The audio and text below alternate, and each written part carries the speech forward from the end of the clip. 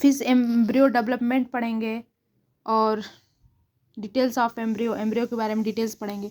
Then first of all हम topics फटाफट हम देखते हैं।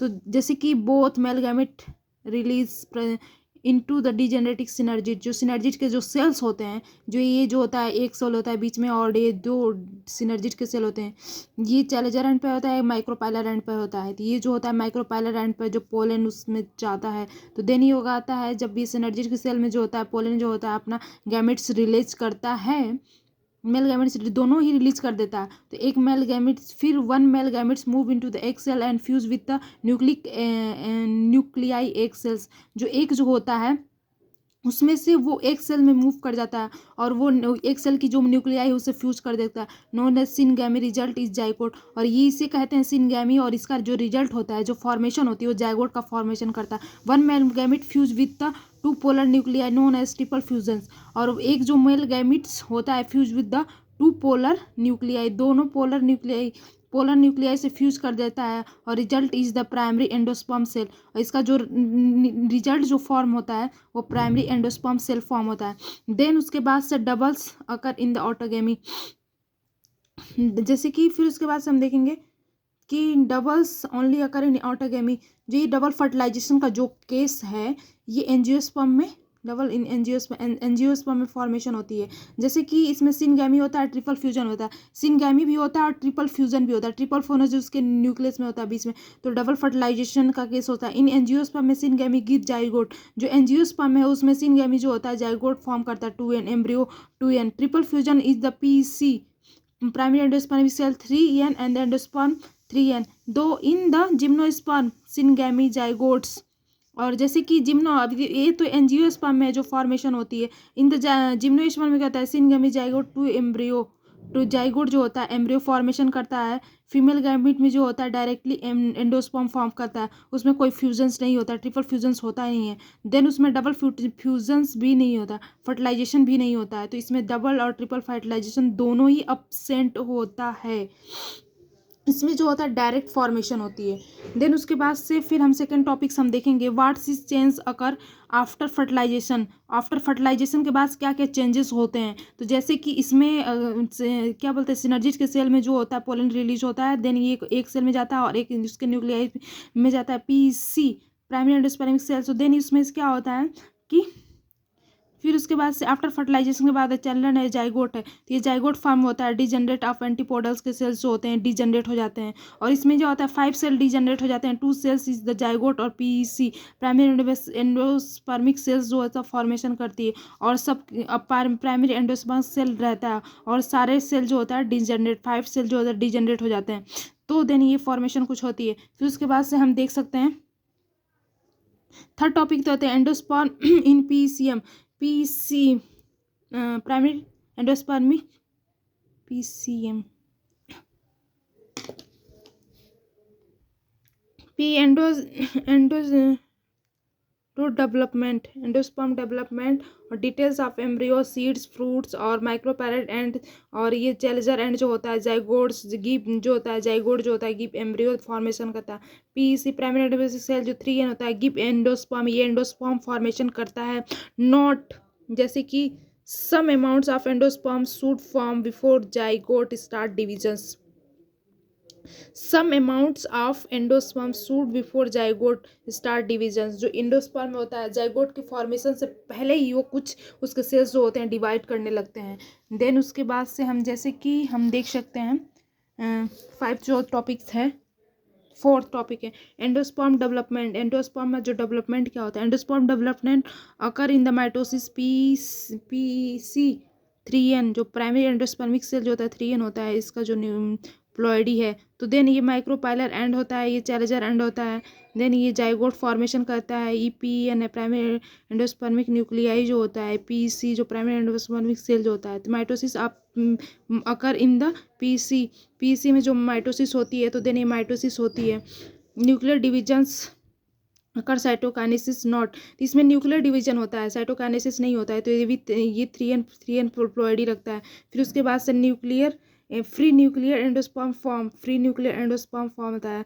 देन उसके बाद से न्यूक्लियर एंडोस्पर्म ये फॉर्मेशन होती है इन द लास्ट जब ये बहुत सारा फॉर्मेशन होती है, न्यूक्लियर डिवीजन होता है, फ्री न्यूक्लियर डिवीजन होता है, फिर उसके बाद से लास्ट में साइटोकाइनेसिस अकर होती है, फिर उसके बाद एंडोस्पर्म सेलुलर एंडोस्पर्म फॉर्म करता है, एक सेलुलर के फॉर्म में फॉर्मेशन होती है।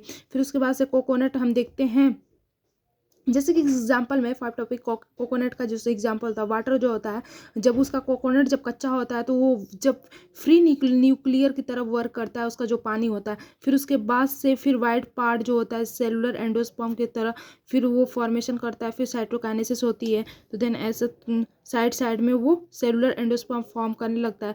Role of endosperm provide nourishment zygote endosperm development. तो जाइगोट डेवलपमेंट जो क्या बोलते हैं कि जब जाइगोट फॉर्मेशन होती है तो जो एंडोस्पर्म जो होता है उसको एक नरिशमेंट प्रोवाइड करता है। और उसके बाद से 6 टॉपिक हम देख सकते हैं, टाइप ऑफ एंडोस्पर्म डेवलपमेंट। जैसे कि फ्री न्यूक्लियर जो होता है मोस्ट कॉमन होता है, फ्री न्यूक्लियर जो होता है पीसी प्राइमरी एंडोस्पर्मिक सेल्स जो होते हैं, फिर उसका क्या बोलते हैं फ्री न्यूक्लियर डिवीजन करते हैं, उसका साइटोकाइनेसिस होता है। फिर उसके बाद जैसे मेज और कोकोनट की एग्जांपल हैं, फ्री न्यूक्लियर फर्स्ट में डिवीजन होता है, फिर उसके बाद से साइटोकाइनेसिस होता है, तो इसके एग्जांपल मेज कोकोनट हैं। और सेलुलर जो होता है सेलुलर, तो इसमें क्या होता है कि इसमें डबल डिवीजन हो जाते हैं, उसके बाद से फिर मतलब साथ साथ में ही साइटोकाइनेसिस होती रहती है। न्यूक्लियर जितना डिवाइड करता है, साइटोकाइनेसिस अगर साइम्यूटेनियसली और टू, जैसे कि हेलोबियल जो होता है 2 पार्ट डिवीजन, इसमें 2 पार्ट का डिवीजन होता है, फिर उसके बाद से साइटोकाइनेसिस होती है 2 पार्ट में, फिर उसके बाद से साइटोकाइनेसिस अकर होती है।